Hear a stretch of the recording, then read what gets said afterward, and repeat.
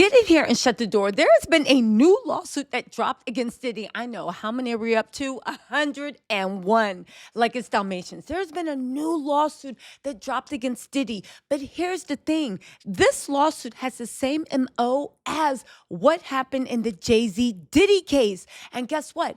This person has receipts. And guess what? They said they saw plenty of other A-listers at the party. And what Diddy did to him, well, you already know it's depraved. You already know it's disgusting. And you already know it's something that Diddy's kids don't want to admit that their daddy did. But we got to get into this. I'm going to read you guys the details. And I think very soon you're going to see why this is so damaging to Jay-Z and Diddy's case. Because it shows a modus operandi. Or is it modus operandi?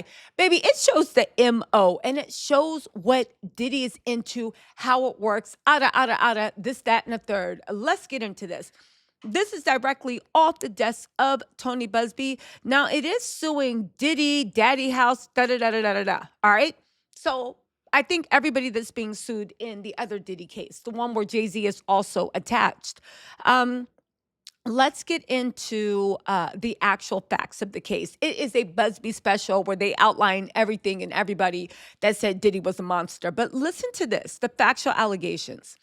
In late October 2002, so this just happened. For all these people, including Kanye West's Dizzy South saying, oh my God, that's so long ago. Right? Shut up, right? Because at the end of the day, this is current. On top of that, what you got to say now? What you got to say now? What you got to say now? Because this is definitely a case of grape.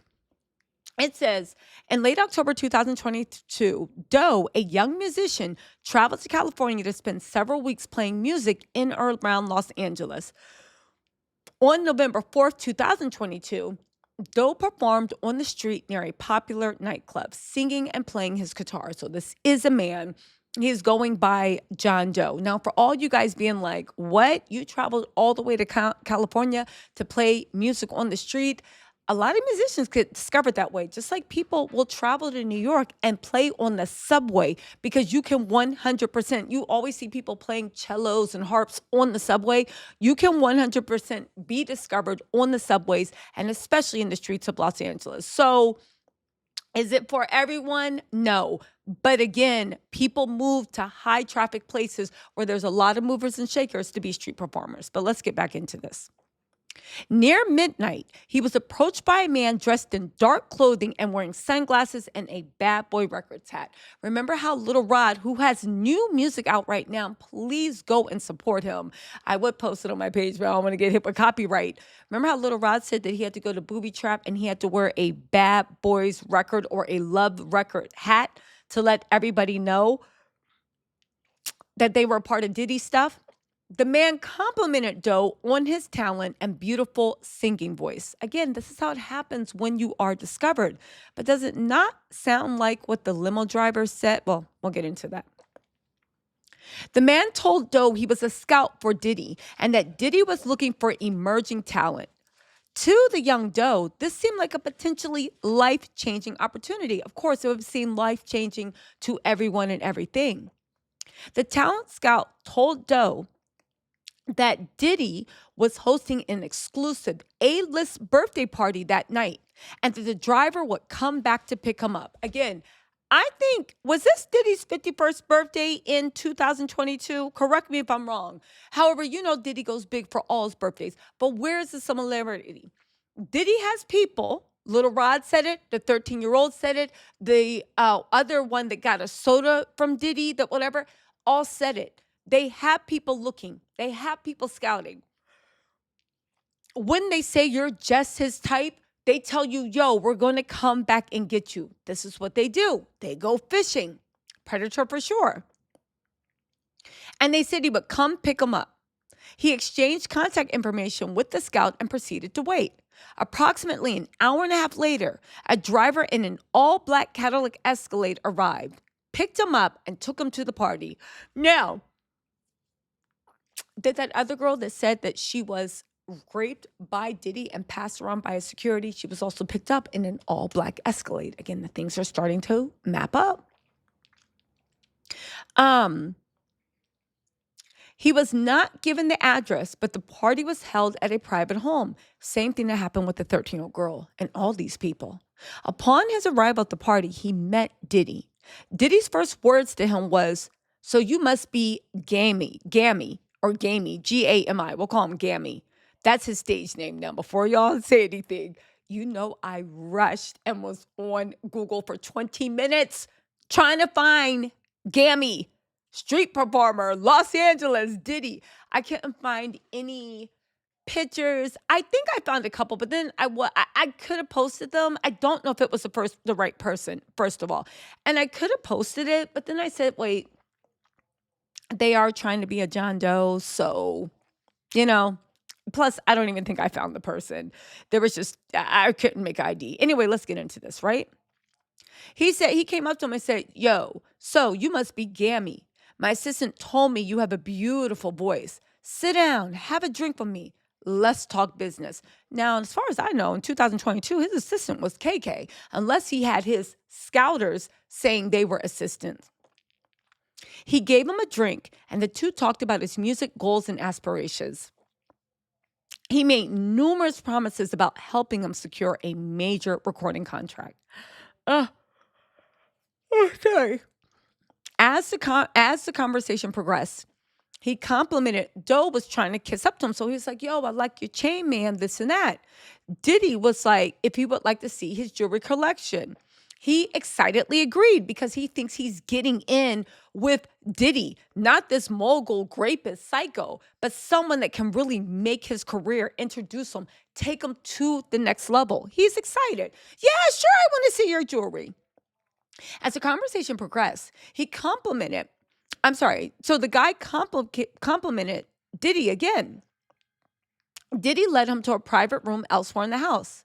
At this point, he noticed that he felt strange, drowsy, and slightly euphoric, and somewhat off balance, beyond what he would have expected from having consumed a single drink.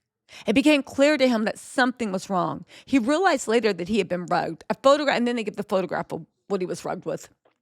Roofies, basically. They said he entered a bedroom with Diddy, and he immediately noticed that there was no jewelry anywhere.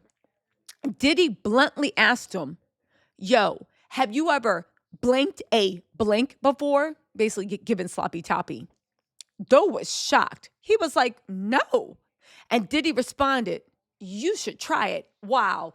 Scooping that shrimp up in his hands. Ugh. Anyway, right? He told Diddy that he wasn't comfortable and he attempted to leave, saying that Diddy's team could contact him in the morning.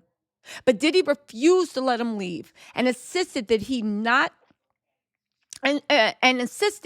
would not receive any contracts unless he complied.